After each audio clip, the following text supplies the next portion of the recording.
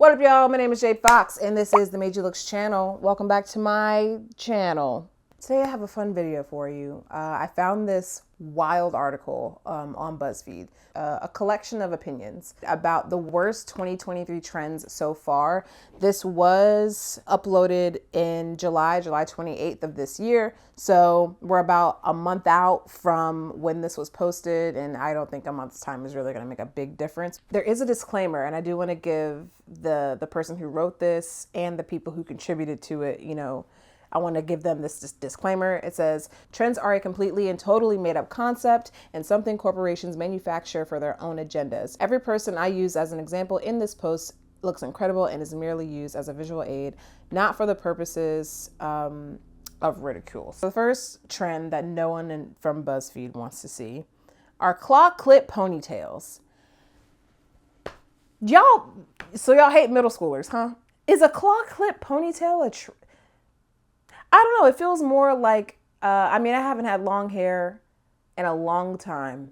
And even when I did, I don't even think I ever used a claw to make a ponytail. Sometimes hair ties can be a little rough on the hair. I do remember that, and give you a little breakage. And honestly, I think it's kind of cute. I don't think I agree that this trend is bad or that it's dead or, that it's ugly. Like, I think it's kind of cute.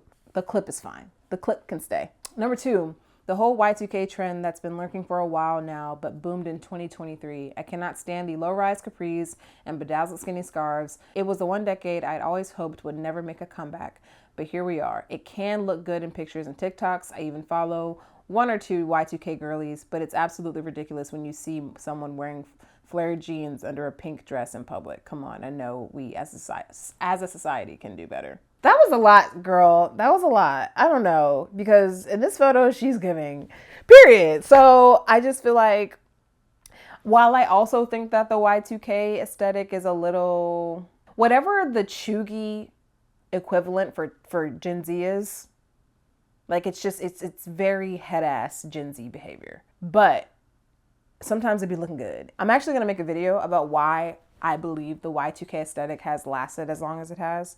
And I think, and one point that I'll bring up now is that it was just a fun time.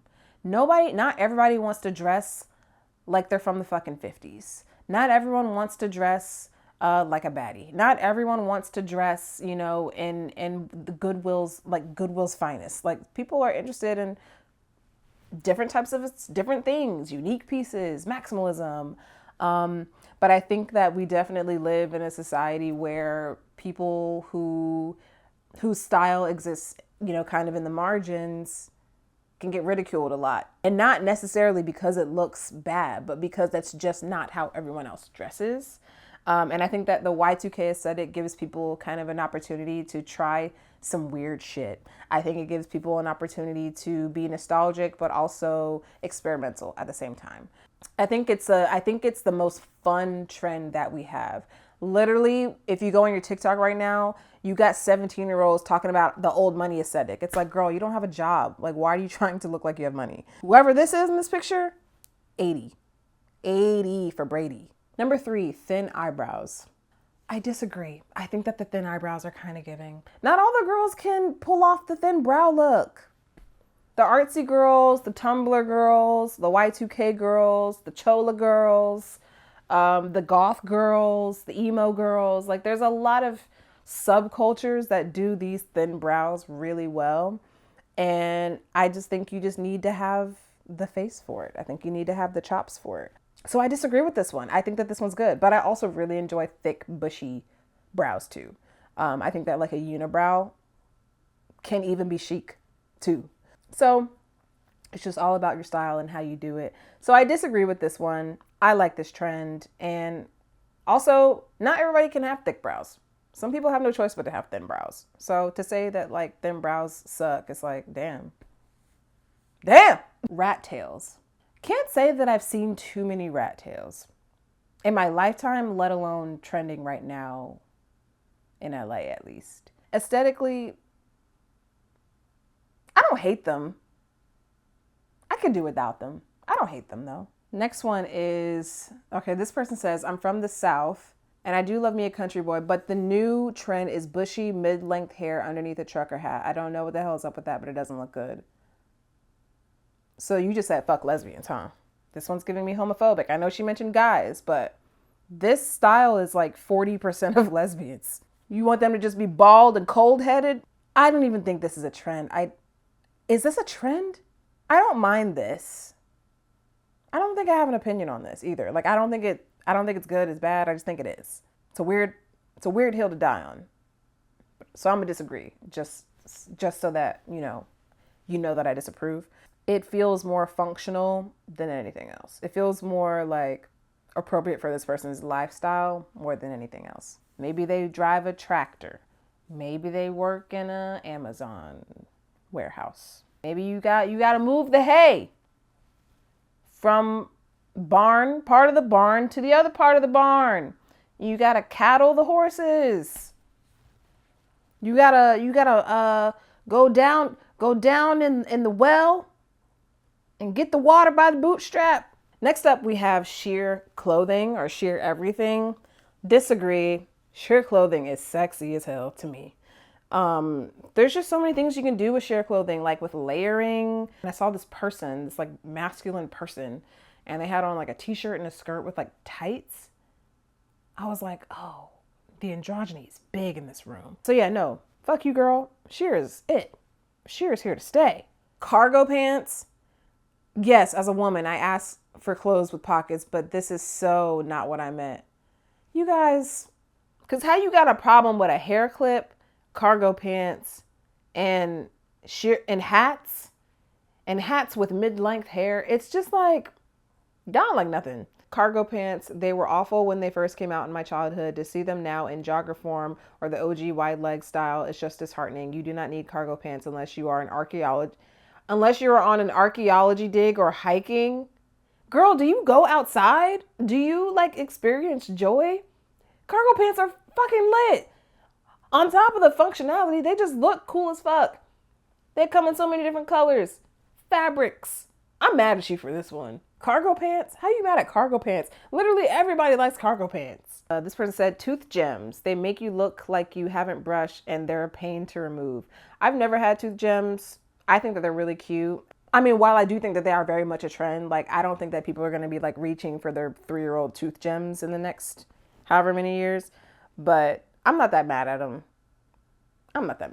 I will say grills be looking crazy. Like the solid gold grills, like Kodak Black type of grills, like that shit looks crazy to me. But tooth gems, I don't mind. So this one, I think I'm on the fence. This person said tassels and feathers on everything, especially on floor length dresses like prom dress.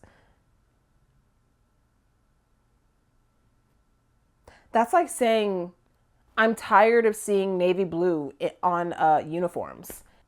A prom dress is a dress for a formal event. An event that you don't, like the way you look at prom, you don't look like that any other time. You only look like that during prom. So prom dresses are kind of meant to be showstoppers. They're meant to be fairly ostentatious or just showy or gaudy or dramatic. Like that's the whole point. I don't know who decided that it would be cute to cover a skin tight hot pink dress with hot pink feathers, or who thought putting tassels on a literal brown ball gown would make it look prettier, but I despise them immensely. I don't know what you have against embellishments. Also, this isn't a trend. There are classics and staples within certain genres of clothing. And when we're talking about prom dresses, formal wear, evening wear, tassels, feathers, and just embellishments is the whole point. So this doesn't even make any sense to me. And also, Emma, yeah, you ate that. The fanny pack crossbody bag. I'm going to have to agree with you on that one. Why does it look like you know how like in Teslas, how they have that big ass screen? It's giving Tesla dashboard across your tits, babe. Like it's giving, why is that briefcase there? It's giving iPad hard case.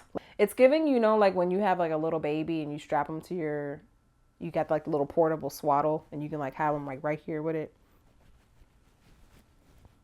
That's a small child. I'm gonna have to agree with that one. Sam said, I'm not anonymous either. It's me. Sam, I said it. This person said, tie front sweaters with nothing underneath. I'm sexually attracted to women. Therefore, I can't agree with this. Like, it goes against my morals and my ethics. I mean, while I don't love the outfit that they chose for, to describe this look, I think that it's cute. I think that it's like very Sydney Sweeney from Euphoria, Jacquemus. Once again, I think it's like an iteration of what the Y2K influence looks like in 2023, especially with a brand like Jacquemus that's popping and has been, especially within the last couple of years. So I'm not mad at this one. This person said bleached eyebrows. I don't think that bleached eyebrows really got big enough for me to be tired of it yet. Like, the girlies doing bleached eyebrows, similar to the girlies who are doing the thin eyebrows, like, those are very particular aesthetics. Those are very particular styles that not everybody would probably want to take advantage of. Bleached brows feels a little bit more specific to the person. I'm not mad at bleached brows, though. It kind of gives, like, once again, art hoe vibes, nymph vibes. It's creative. It gives me Doja Cat. It's like she fine and her ass is fat, but like she has a lot of weird hats.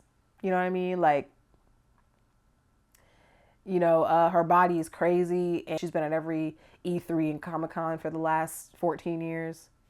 It gives that. This person said, transparent everything. Why do I gotta see your nasty feet and transparent shoes, all warm and sweaty? I'm gonna have to agree. I don't want to see the smell. Ain't nothing good in between them toes for me or for you or anyone. I'm gonna agree.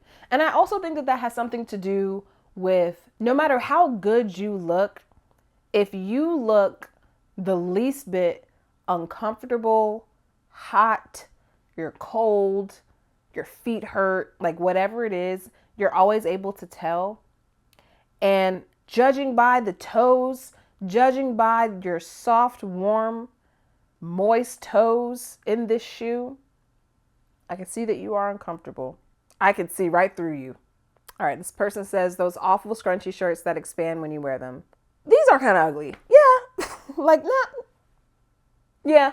I have witnessed 2 accidents caused by those ridiculously chunky platform foam clog monstrosities.